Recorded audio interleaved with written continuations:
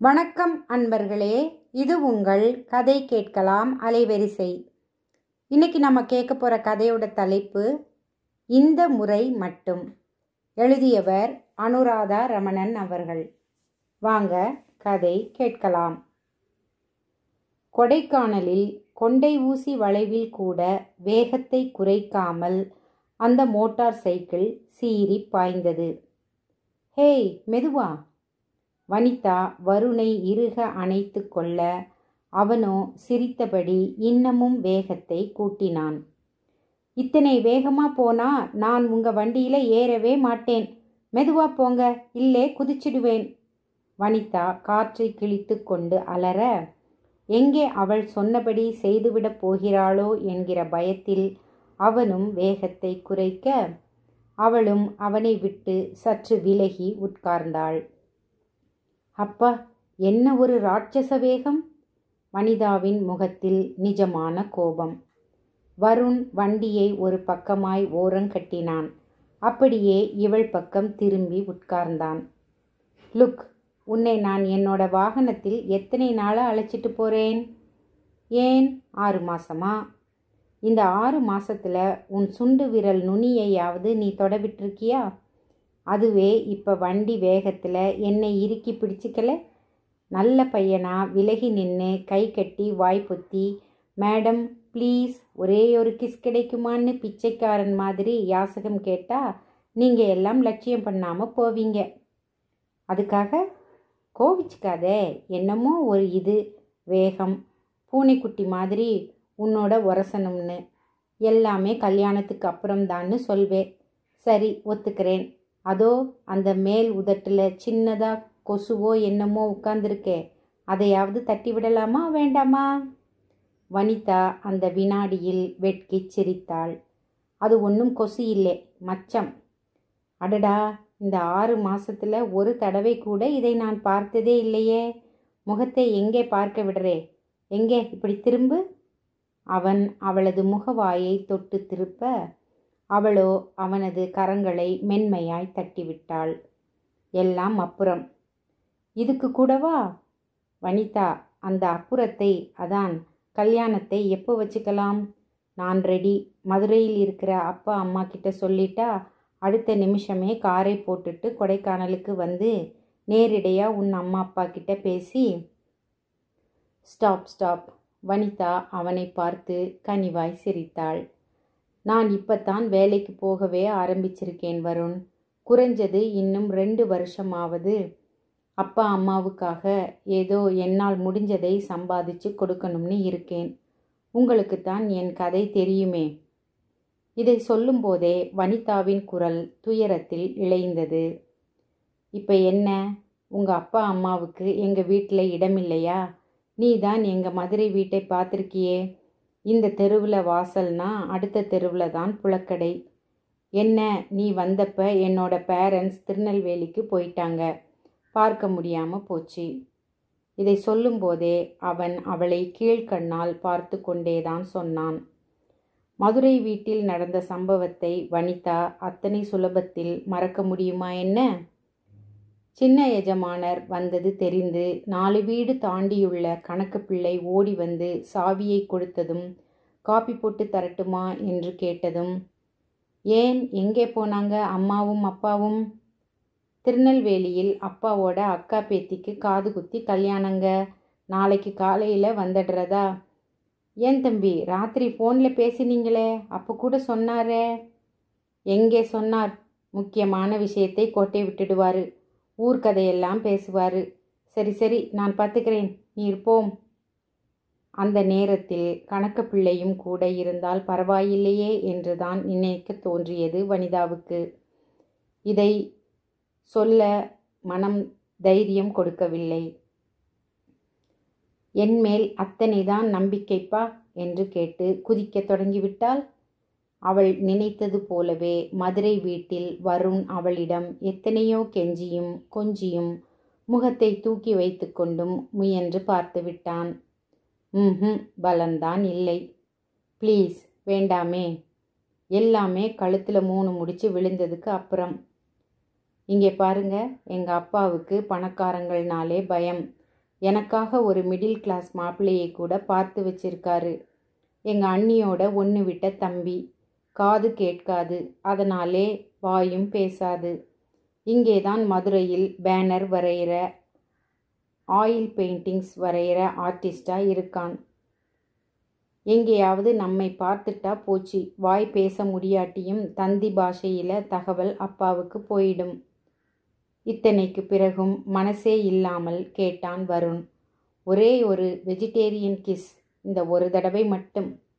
அவள் வேகமாய் வீட்டை விட்டு வெளியேறி நடுவாசலில் நின்று கொண்டாள். மனசுக்கு பிடித்தவன் 6 மாசமாய் விரட்டி விரட்டி காதலிக்கிறான். அவனை பொறுத்தமட்டில் அவனது அந்தஸ்துக்கும் அவளுடைய நிலைமைக்கும் ஏணி வைத்தாலும் எட்டாதுதான். இருந்தாலும் பயம். ஏற்கனவே வனிதாவின் அக்கா காதம்பரியினால் குடும்பத்தில் ஏற்பட்ட பிரச்சனையே இன்னமும் அடங்கவில்லை. வனிதாவுக்கு இப்பொழுது நினைத்தாலும் குலை நடுங்கும்.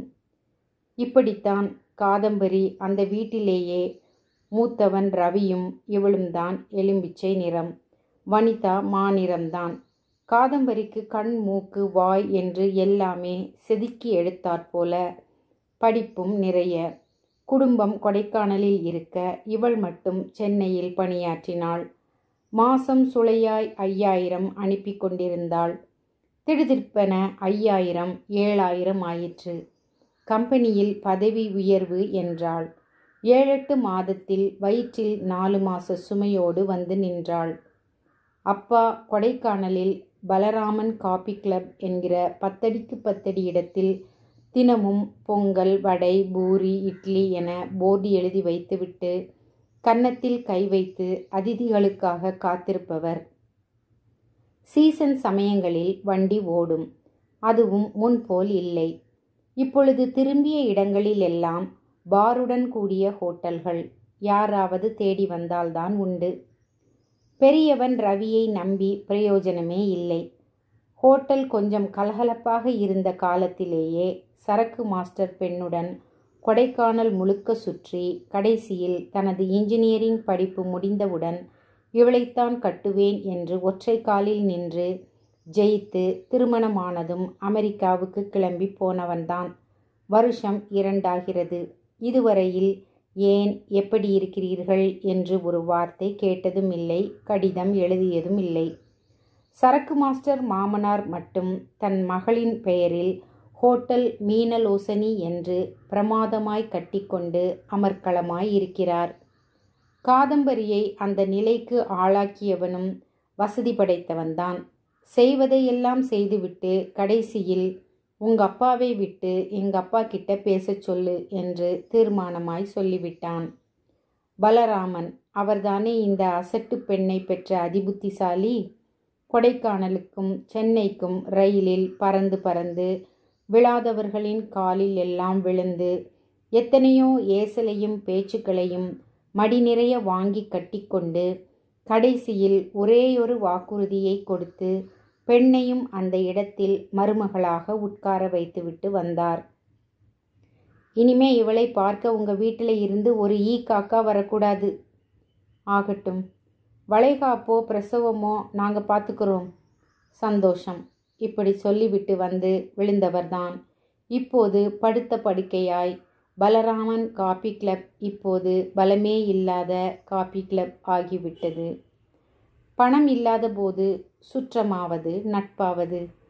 ஆனாலும் மதுரையிலிருந்து விஜயன் வந்து தங்கும் போதெல்லாம் அந்த வீட்டில் பூக்கள் சிரிக்கும். பெயர் தெரியாத குரோட்டன்ஸ் எல்லாம் வாங்க மாப்பிள்ளை என்பது போல தலையாட்டும். பலராமன் நீர் கசியும் கண்களை இடுக்கிக் கொண்டு சிரிப்பார்.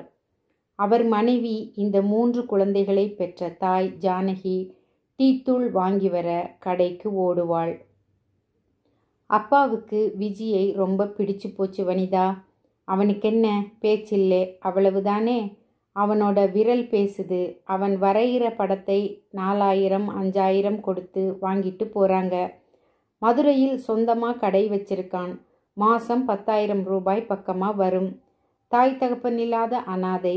ஒருவேளை நீ இவனை கட்டிட்டியானா உன் அண்ணன் அன்னிக்கு கூட நம்ம மேலே ஒரு பிரியம் விழும். அதுக்காக ஒரு செவிட்டு ஊமைக்கு என்னை பழியாக சொல்றியா? வனிதாவும் எகிரியிருக்கிறாள். கட்டிட்டா என்னங்கிறேன், இங்கே வாய் ஓயாம திட்டிட்டு இருக்கிற உங்க அப்பாவை விட இவன் 1000 மடங்கு ஒசத்தி. அப்பப்பா, படுக்கையில் விழுந்தாலும் விழுந்தார், ஒருத்தர் ஒரு வார்த்தை பேசிடக்கூடாது, பாம்பு காது. யாருக்கு வேணுங்கிறேன்? இத்தனை நாளும் எப்படியோ இந்த 6 மாத காலமாகி வருண் அவளது மனசுக்குள் உட்கார்ந்த பின் விஜி வந்தாலே ஏண்டாப்பா வருகிறான் இவன் என்றுதான் எரிச்சல் மண்டுகிறது அவளுக்கு. அவனுக்கு இவளது மனசில் ஓடும் எண்ணங்களை எல்லாம் புரிந்து கொள்ளக்கூடிய அளவுக்கு சக்தி இல்லை. மதுரையிலிருந்து மல்லிகை பூவும் நாகப்பட்டினம் ஒரிஜினல் நெய் மிட்டாய் கடையிலிருந்து கோதுமை அல்வாவும் வாங்கி வருவான். இவளுக்கென்று சின்ன சின்னதாய் தானே வரைந்த வாழ்த்து அட்டைகள். இவைகளுடன் கூடவே டர்பண்டை நாற்றம், கலர் தெரியாது அழுக்கு ஜிப்பா, முகத்தில் எப்போதும் ஒரு வார தாடி, கண்களில் மட்டும் அமானுஷ்ய ஒளி. இவைகளுடன் வருவான்.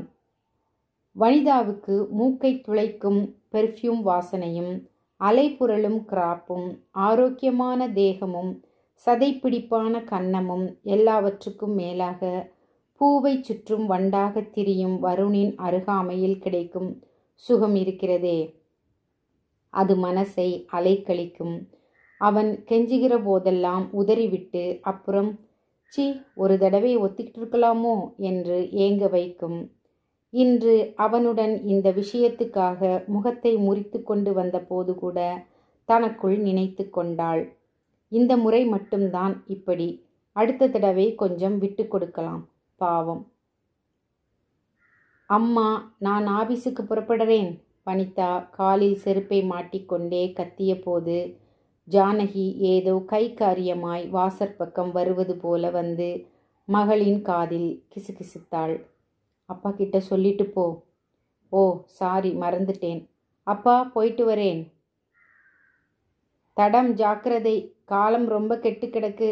4 மணிக்கே எதிரே வர்றது யாருன்னே தெரியாதபடி இருட்டிடுறது. உன்னை வேலைக்கு அனுப்பிட்டு நான் உட்கார்ந்திருக்கேன் பாரு, என்னை எதால அடித்தாலும். அவள் ஏதும் பதில் சொல்லாமல் வாசற்படி தாண்டினாள். அப்பாவின் குரல் விடாமல் துரத்தி கொண்டு வந்தது. பஸ் பிடிச்சு போகிற வழியில் எங்கேயாவது விஜயன் உட்கார்ந்து வரைஞ்சிட்டு இருப்பான், டாட்டா காமிச்சிட்டு போ, அதிலேயே சந்தோஷப்பட்டுக்குவான் பையன். அவள் தனக்குள் முணங்கிக் கொண்டே நகர்ந்தாள். அம்மா அவளையே கவலையுடன் பார்த்து கொண்டு நின்றாள். தன் பெண் விஜயனை நிராகரித்து விட்டால் தன் பூவும் பொட்டும் பறிப்போய் விடுமோ என்கிற பயம் அவளுக்கு. அவளுக்கு தெரியாது, மகள் பேருந்து நிலையத்தை எட்டுவதற்கு முன் ஒரு ராஜகுமாரன் மோட்டார் சைக்கிளில் வந்து தன் பெண்ணை அந்த மலைச்சரிவுகளில் பூத்திருக்கும் பெரிய ரோஜா பூவை கிள்ளி கொண்டு போவது போல போகிறான் என்று. வனிதா நடையை எட்டி போட்டாள். மோட்டார் பைக்கின் ஓசை அருகே நெருங்க நெருங்க கால்களில் துள்ளல் அதிகரித்தது. பெபெபே! அவள் சபிக்கப்பட்ட தேவதை போல் கற்சிலையாய் நின்றாள். இவன் எங்கே இங்கே வந்தான்? அவளுள் மெல்லிய பயம். பேபே!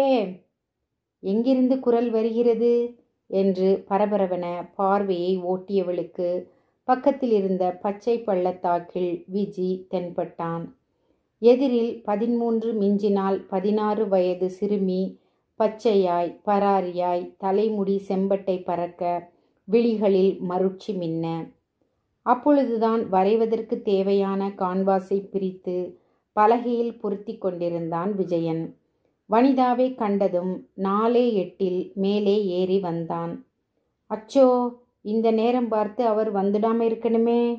வனிதாவுக்கு அந்த குளிரிலும் வியர்த்து விட்டது. வருண் மட்டும் விஜயன் பார்த்து விட்டால் போதும், வேறு வினையே வேண்டாம். இத்தனை நினைப்பும் மின்னல் வேகத்தில் அவன் ஏதோ கேட்க, இவள் ஏதோ சொல்லி அவனை நகர்த்துவதிலேயே குறியாய் இருக்க, மோட்டார் சைக்கிளின் சத்தம் மிக நெருங்கி இவள் அருகில் சரக்கென்று தேய்த்து நின்றே விட்டது. வேறு வழியில்லை, விஜயனை வருணுக்கு அறிமுகம் செய்து வைக்கத்தான் வேண்டும். இவர் என்னோட முதலாளி, பாஸ். இவர் கம்பெனி தான் பெரியகுளத்தில் இருக்கு. நான் இவரோட போகிறேன். அப்பா கிட்ட சொல்ல வேண்டாம், அவருக்கு ஒரு மண்ணும் புரியாது. இத்தனையையும் அவள் விஜயனுக்கு அபிநயித்து காட்ட அவனோ வரிசை பற்கள் பளீரிடச் சிரித்தான். தனது 10 விரல்களையும் கோர்த்து காட்டினான். நல்ல வேளை தப்பிச்சேன். உன் ஃப்ரெண்டான்னு கேட்கறான். ஆமான்னு தலையாட்டிட்டு கிளம்புங்க. வனிதா வருணை விரட்ட அவனோ இது எதையுமே கவனிக்காமல் பசுமையான பள்ளத்தாக்கில் காட்டுப்பூ போல் அமர்ந்திருந்த பெண்ணையே இமைக்காமல் பார்த்து கொண்டிருந்தான். ஷ், உங்களைத்தானே, கை குலுக்கிட்டு வண்டியை கிளப்புங்க. அங்கே என்ன வேடிக்கை? ஒன்றுமில்ல. அது சரி, இவர் யாரு? தூக்கத்தில் இருந்து விழித்தவன் போல் வருண் விழிக்க அத்தனை அவஸ்தையிலும் சிரிப்பு வந்தது வனிதாவுக்கு. இவரா?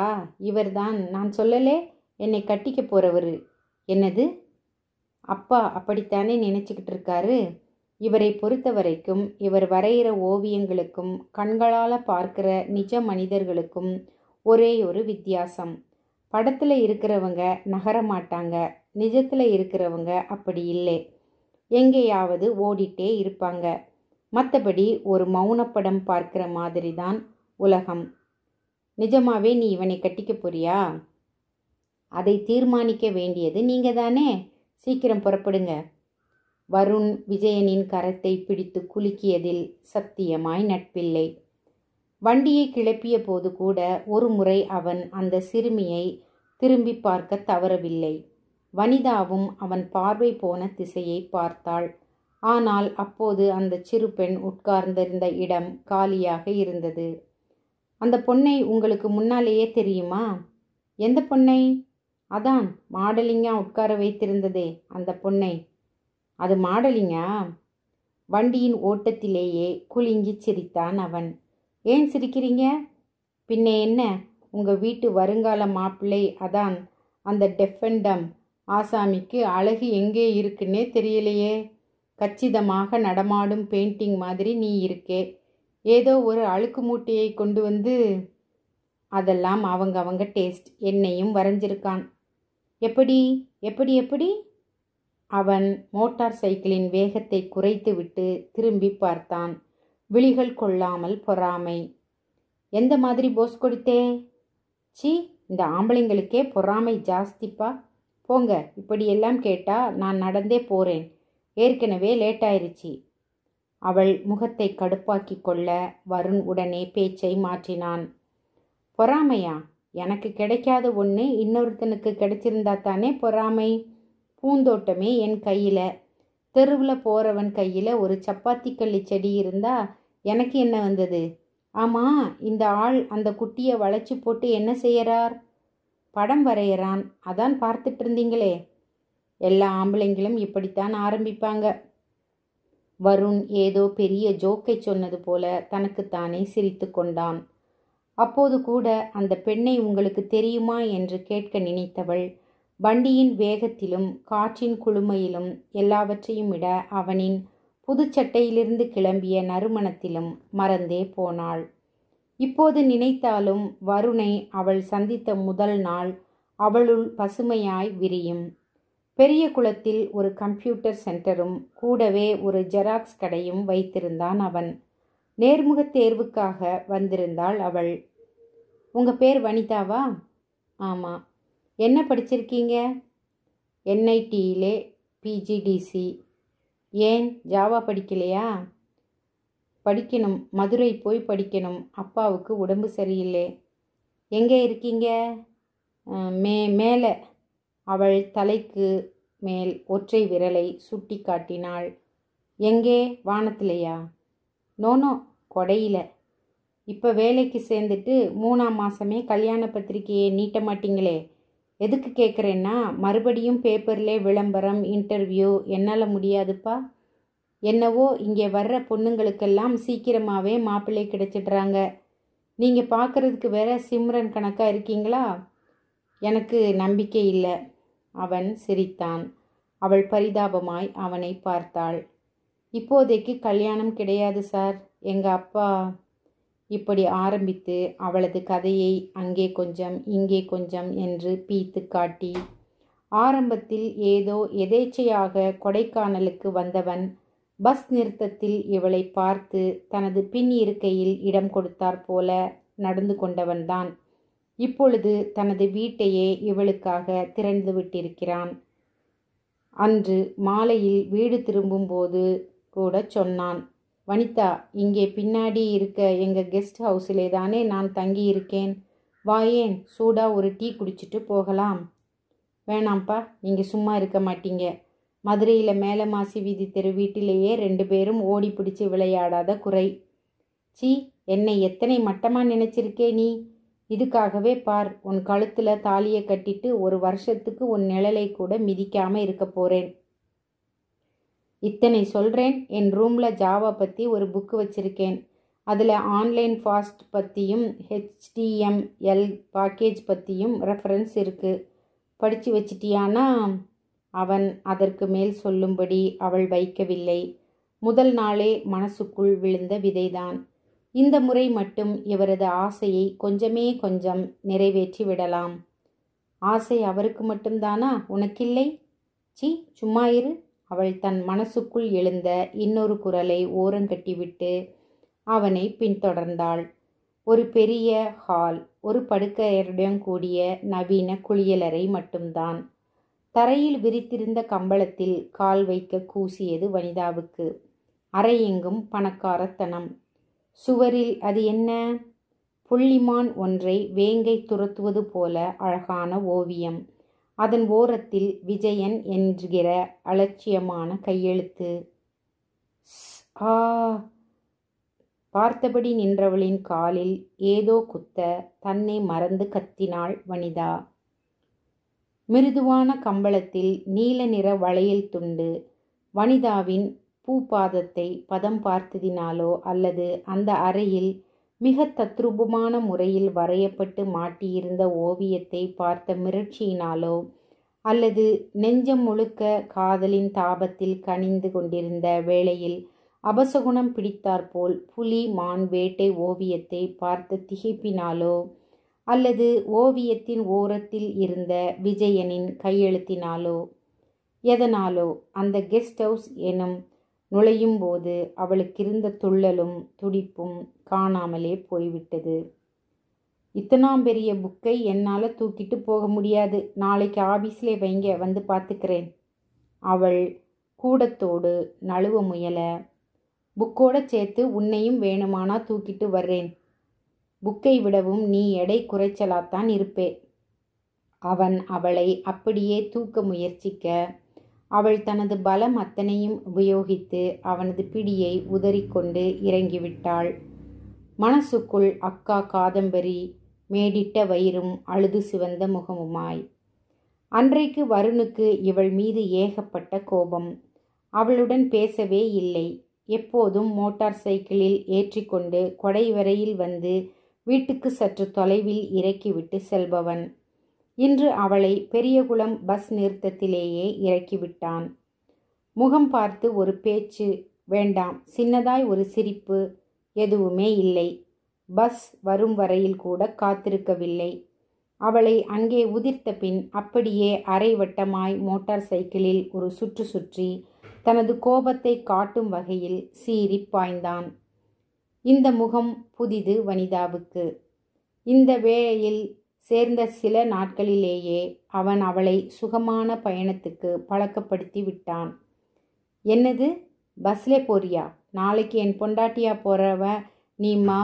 கல்யாணத்திலேயோ ரிசப்ஷன்லேயோ எவனாவது உன்னை பார்த்துட்டு இந்த பொண்ணா பெரியகுளம் பஸ் ஸ்டாப்பில் பார்த்துருக்கனேன்னு ஒரு வார்த்தை சொல்லிடக்கூடாது. ஆமாம், மரியாதையா வண்டியில் ஏறு. அதட்டி அன்பை திணிப்பான். இந்த சின்ன திமிரலில், நழுவலில், முகச்சுளிப்பில், மிரளலில் மனம் சுருங்கி அந்நியன் போல் நடந்து கொண்டதை தாங்கவே முடியவில்லை அவளால். அந்த இருட்டிலும் பனியிலும் தனியே நின்று சின்ன குழந்தை போல அழுதாள். போதும் போதும்டா, காதலும் வேணாம், கத்தரிக்காயும் வேணாம்.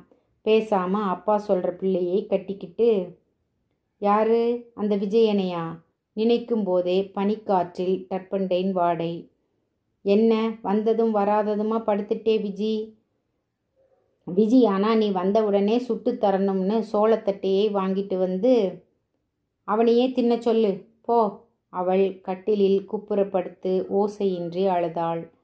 எத்தனை நேரம்தான் அழுதாளோ, எப்பொழுது தூங்கினாளோ, விடிந்தது கூட தெரியவில்லை. முதுகுக்கு பின்னால் யாரோ பார்வையை துளைப்பது போன்ற உணர்வு. சட்டென திரும்பினாள். விஜயன்தான். அவள் படுத்திருந்த கோலத்தை ஒரு காகிதத்தில் பென்சில் கோடுகளாய் சிறைப்படுத்தி கொண்டிருந்தான். இவள் திரும்பியதும் வரிசை பற்கள் மின்ன பளீரெனச் சிரித்தான். உள்ளுக்குள் வருணின் பாராமுகமும் எதிரில் கால் பதிக்கும் இடமெல்லாம் விஜயனின் பென்சில் தூரிகை காகிதங்களுமாய் பொங்கி வந்த எரிச்சலில் திடுமென எழுந்து வந்து அந்த காகிதத்தை சுக்குநூறாக கிழித்தெறிந்தாள். ஏண்டி ஏண்டி? தேநீர் கோப்பையும் கையுமாய் பரபரப்புடன் எதிரில் வந்த அம்மாவின் மீது மோதி அவள் திகைத்து நிற்கும்போதே குளியலறைக்குள் போய் கதவை தாளிட்டு கொண்டாள். எந்த மாதிரியெல்லாம் போஸ் கொடுப்பே? உள்ளுக்குள் வருணின் பொறாமை கலந்த குரல். இனிமேல் அந்த குரலை கேட்க மாட்டோம். பைத்தியக்காரத்தனமாய் ஒரு நல்ல வாழ்க்கையை இழந்து விட்டோம். அக்கா மாதிரி, அண்ணா மாதிரி, ஏன் அவங்களை விடவும் ஒசத்தியா ராஜாத்தியா வாழக்கூடிய சான்ஸ் கிடைச்சும் என்னமோ ஒரு வரட்டு கௌரவத்தில் அத்தனையும் கோட்டை விட்டுட்டேன் நான். எதுக்காக பயப்படணும்? என்னை மீறி என்ன செஞ்சிட முடியும்? படிக்காத பாமர பொண்ணு மாதிரி முரண்டு பிடிச்சிட்டு வந்துட்டேன். என்னை பற்றி என்ன நினைச்சிருப்பாரு? இனிமே என்ன நினைக்க போறாரு? இவ அந்த ஊமையனுக்குத்தான் லாயக்குன்னு நினைச்சிருப்பாரு. சமயம் தெரியாம இவன் வேற நடுவுல. இலக்கு தெரியாத கோபம் அழுகையாய் வெடித்து சிதற சிறிது நேரம் வாய்விட்டு அழுதாள். இவள் அழும் சத்தம் வெளியில் கேட்டு அம்மா கதவை இடித்தாள். இந்தா கதவை திற, என்ன ஆச்சுன்னு சொல்லி தொலைச்சிட்டு அப்புறம் அழு. அவள் கவலை அவளுக்கு. அக்கம்பக்கம் வம்பு பேச யாரும் இல்லாவிட்டாலும் பால்கார பையனும் போஸ்ட்மேனும் இப்படி காற்று வாக்கில் அவள் காதில் விஷயத்தை போட்டுவிட்டுத்தான் போயிருந்தார்கள். பாப்பாவை தினமும் மோட்டார் சைக்கிளில் அழைச்சிட்டு போயிட்டு கொண்டு வந்து விடுறாரே, செழுப்பா ஒரு பிள்ளையண்டான், நம்மளுக்கு உதவுங்களா? கேள்விப்பட்ட நாளிலிருந்து மகளிடம் கேட்க வேண்டும் என்கிற ஆதங்கம் கழுத்து வரையில் அவளுக்கு. ஆனாலும் கேட்கவில்லை. கேட்க தைரியமில்லை. ஏதாவது கேட்டு வைத்து இவள் ஒரு கதையை காதம்பரி மாதிரி ஆரம்பித்தால் என்ன செய்வது என்கிற பயம். அப்படி எதுவும் இல்லாமல் விஜயனை மாப்பிள்ளையாக்கு மலைக்கோயில் ஆஞ்சநேயா, உனக்கு வடை மாலை சாத்துறேன். அவள் விஜயனின் பக்கம் திரும்பினாள். மகளின் ஆத்திரம் அவனை காயப்படுத்தி இருக்கப் போகிறதே என்கிற கவலையில். அவனோ புன்னகை மாறாமல் கையில் கிழிந்த ஓவியமும் தோளில் ஜோல்னா பையுமாக வெளியே கிளம்பினான். இந்த பிள்ளையை கோவிச்சுக்க கூட மனசு வருமோ ஒருத்திக்கு? ஜானகியின் முனங்கள் விஜயனின் செவியில் விழுந்திருக்க நியாயமில்லை. விழுந்தாலும் என்ன ஏது என்று கேட்க பலராமனின் உடம்பில் தெம்பில்லை. தான் செய்தது தப்பு என்று ஒத்துக்கொள்ள வனிதாவுக்கு மனசில்லை. குளித்துவிட்டு வந்து வழக்கம் போல அலங்கரித்து அம்மா ஆபீஸுக்கு போயிட்டு வரேன் என்கிற வார்த்தையை மட்டும் தொண்டைக்குள்ளேயே அமுக்கிவிட்டு வாசற்பக்கம் நகர்ந்தவளை பலராமன் மெதுவாய் அதே சமயம் அழுத்தமாய் வினவினார். என்ன, ஆபீஸுக்கு போகலையா? இல்லை, கொஞ்சம் படிக்க வேண்டியிருக்கு. அவ்வளவுதானே? ஏன் கேட்குறீங்க? ஒன்றுமில்லை, கம்ப்யூட்டர் பரீட்சை அத்தனை முக்கியமில்லை. உங்கள் அக்கா படிக்காத படிப்பா? ஆனால் எதை படிக்கணுமோ அதை படிக்காமல் விட்டுடாதே. என்ன, கல்யாணத்தை பண்ணிக்கிட்டு கூட கம்ப்யூட்டர் படிக்கலாம். ஆனால் புரிஞ்சுப்பேன்னு நினைக்கிறேன். அவள் எரிச்சலுடன் வாசல் தாண்டினாள். மெல்ல நடந்து வழக்கமாய் வருண் அவளை அழைத்து போகும் பள்ளத்தாக்கு பக்கம் தயங்கி தயங்கி வந்து நின்றாள். வந்தால் தேவலை என்று ஒரு மனமும், வராவிட்டாலும் பரவாயில்லை என்று இன்னொரு மனமும் சண்டை போட, காதுகள் மட்டும் மோட்டார் சைக்கிள் ஓசையை விசுவாசம் மிகுந்த நாய் போல உன்னிப்பாய் எதிர்பார்க்க, பேப்பே விஜயனின் சத்தம், கூடவே கையசைப்பு. இரு கைகளையும் அபிநயித்து மோட்டார் சைக்கிள் வருமா என்கிற விசாரிப்பு. ஒரு கணம், ஒரே ஒரு கணம் அவன் வரைந்த படத்தை தான் கிழித்து போட்டுவிட்டதற்காக வருத்தப்பட்டவள் சின்னதாய் சிநேகமாய் அவனை பார்த்து சிரித்தாள். அதே சமயத்தில் விஜயனின் ஓவியத்துக்கு மாதிரியாக முதல் நாள் உட்கார்ந்த அதே பெண் விஜயன் குறிப்பிட்ட இடத்தில் அமர்ந்திருந்தாலும் அவளது பார்வை மட்டும் எங்கேயோ. வனிதா சட்டென திரும்பினாள். சற்று தொலைவில் ஒரு கொண்டையூசி வளைவில் எட்டி பார்த்தபடி வருண். தனக்காக நடந்ததை மறந்து ஓடி வந்து விட்டாரே என ஒரு கணம் பூவாய் மலர்ந்தது வனிதாவின் நெஞ்சம். ஆனால் அடுத்த கணமே அவன் தன்னை கவனியாமல் சிறுமியை பார்த்து வா என சாடை காட்டியதும் திகைத்து விட்டாள். ஒருவேளை பிரம்மையோ? வனிதா ஒரு முறை அந்த சிறுமியை பார்க்க அவளது குண்டு முகத்தில் அளவிட முடியாத பீதி, விழிகளில் கண்ணீர் துருத்தி கொண்டு நின்றது. எழுந்து ஓட தயாராக நின்றவளை வனிதாதான் குரல் கொடுத்து நிறுத்தினாள். ஏய் ஏய் நில்லு! அவள் பள்ளத்தாக்கில் இறங்கி ஓட அப்பொழுதுதான் அவளை கவனித்த வருண் சட்டென மறைந்தான். அப்புறம் வெளிப்படவே இல்லை. இதையும் வனிதா கவனித்தாள். சொல்ல தெரியாத துக்கம் நெஞ்சில். ஒருவேளை இந்த சிறுமியை தூதாக அனுப்பி என்னுடன் பேச முயற்சிக்கிறாரோ? பாழும் மனசுக்குள் நீர்க்குமிழியாய் மறுபடியும் சலனம். அதே கணம் அந்த பெண்ணை பிடித்து விசாரித்து விட வேண்டும் என்கிற பதட்டமும் கூடவே. உன் பேரென்ன? ஓடிய சிறுமியை லாவகமாய் பிடித்த வனிதா மூச்சிறைக்க கேட்க அவள் ஒரு வினாடி பேந்த பேந்த விழித்துவிட்டு சிக்கனமாய் சொன்னாள், எச்சிமி. எச்சிமி, எங்கே ஒருத்தர் நின்னுட்டு உன்னை பார்த்து சாடை காட்டினாரே, அவரை தெரியுமா? அவள் இன்னும் மிரண்டாள். கண்களிலிருந்து சில்வர் பால்ஸ் கன்னங்களில் இறங்கியது. ஆறு, நான் ஒருத்தரையும் பார்க்கலையே. இந்தா பொய் சொல்லாதே, நான் உன்னை ஒன்றும் சொல்ல மாட்டேன். அவரை தெரியுமா? நேத்து கூட என்னை அவரோட பைக்குல ஏத்திட்டு போனாரே, அப்போ கூட நீ அவரை பார்த்து மிரண்டு ஓடினியே. இப்போது அவள் திமிரிக்கொண்டு ஓட முயற்சிக்க வனிதா பிடித்த பிடியில் எச்சிமியின் கையில் இருந்த ஒற்றை கண்ணாடி வளையல் படக்கென உடைய. அச்சச்சோ, ரத்தம் வருதா? சாரி. வனிதா தனது ஆத்திரத்தையும் அவசரத்தையும் நினைத்து வெட்கியவளாய் தனது கைக்குட்டையால் அவளது கரத்தில் கசிந்த இரத்தத்தை துடைத்தபோது தான் ஒன்றை கவனித்தாள். கண்ணகியின் கால் சிலம்பு போல எச்சிமியின் கரத்தில் இருந்து பிராணனை விட்ட நீல நிற கண்ணாடி வளையலின் ஜோடிதான் முதல் நாள் வருணின் அறையில் தன் காலை பதம் பார்த்தது என்று. ஒன்றும் ஒன்றும் 2 என்பதை தெரிந்து கொள்ள கம்ப்யூட்டரோ கால்குலேட்டரோ தேவையில்லைதான். ஆனாலும் அந்த பாலபாட கணக்கு பொய்யாக இருக்கக்கூடாதா என அவளது இதயம் அந்த நிமிஷத்தில் ஏங்கியதென்னவோ உண்மை.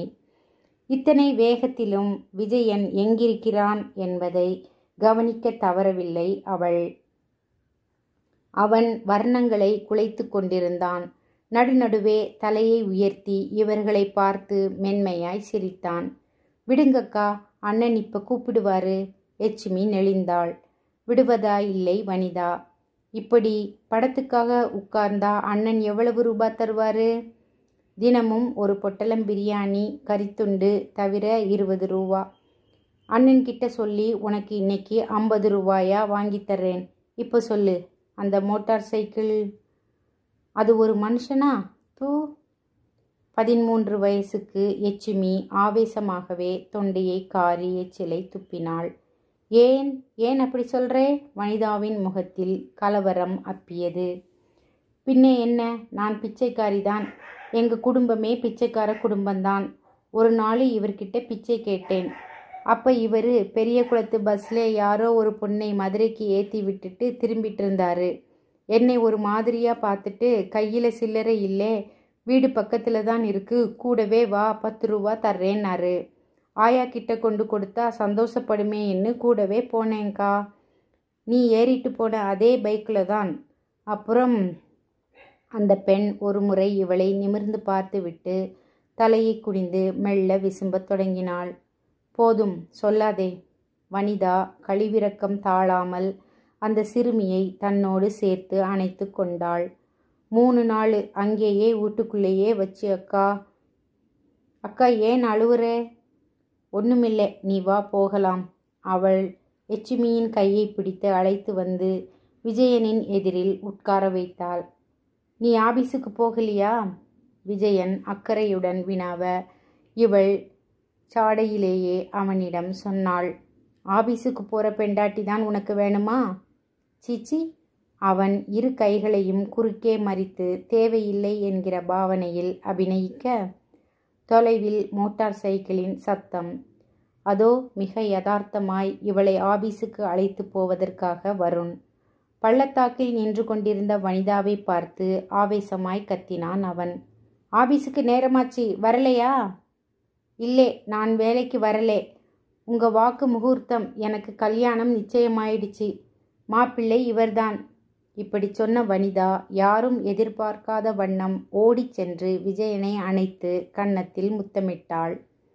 விஜயனின் கையிலிருந்த வர்ணம் தோய்த்த பிரஷ் வனிதாவின் பின்முதுகில் உணர்ச்சி வேகத்தில் கிறுக்கியது. எச்சுமி வாயை பொத்திக்கொண்டு பக்கெனச் சிரித்தாள். வருணின் மோட்டார் சைக்கிளின் ஓசையிலேயே அவனது கோபம் தெரிந்தது. நியாயப்படி கதை இதோடு முடிந்திருக்க வேண்டியது.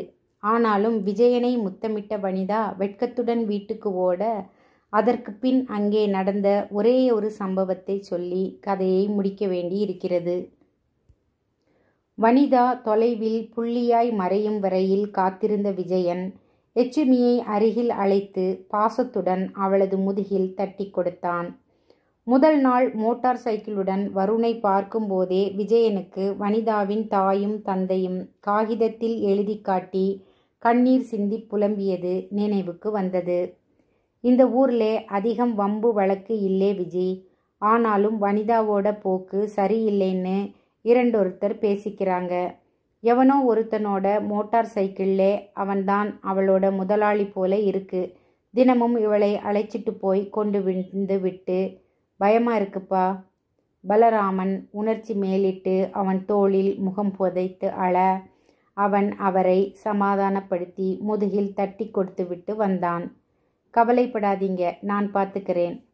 எச்சுமியை முதல் நாளே அந்த பள்ளத்தாக்கில் வைத்து வரைவதற்காக வர சொல்லியிருந்தான். அப்போதுதான் வனிதாவை ஏற்றி செல்ல வருண் வந்ததும் அவனை கண்டு எச்சுமி மிரண்டு ஓடியதும், இவர்கள் தலை மறைந்த பின் எச்சுமியை தேடி பிடித்து என்ன நடந்ததென்று நயந்தும் மிரட்டியும் கெஞ்சியும் கடைசியில் கையில் 100 ரூபாய் தாளை திணித்தும் இவன் கேட்க, அவள் சற்று முன் வனிதாவிடம் சொன்னதையேதான் இவனிடமும் சொன்னாள். ஆனால் கொஞ்சம் நிஜமும் சேர்த்து. அது ஒரு மனுஷனா? தூ. இப்படி ஆரம்பித்தவள் சொன்ன விளக்கம் இதுதான்.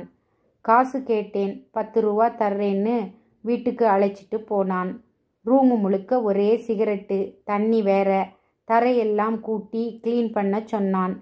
அண்ணே, வெளியே சொல்லிடாதே, என்னமோ ஒரு சபலம். அங்கே மேஜை மேல் அனாதியா கிடந்த ரிஸ்ட் வாட்சை எடுத்துட்டு அவன் கொடுத்த ரூபாயையும் வாங்கிட்டு கிளம்பினேன்.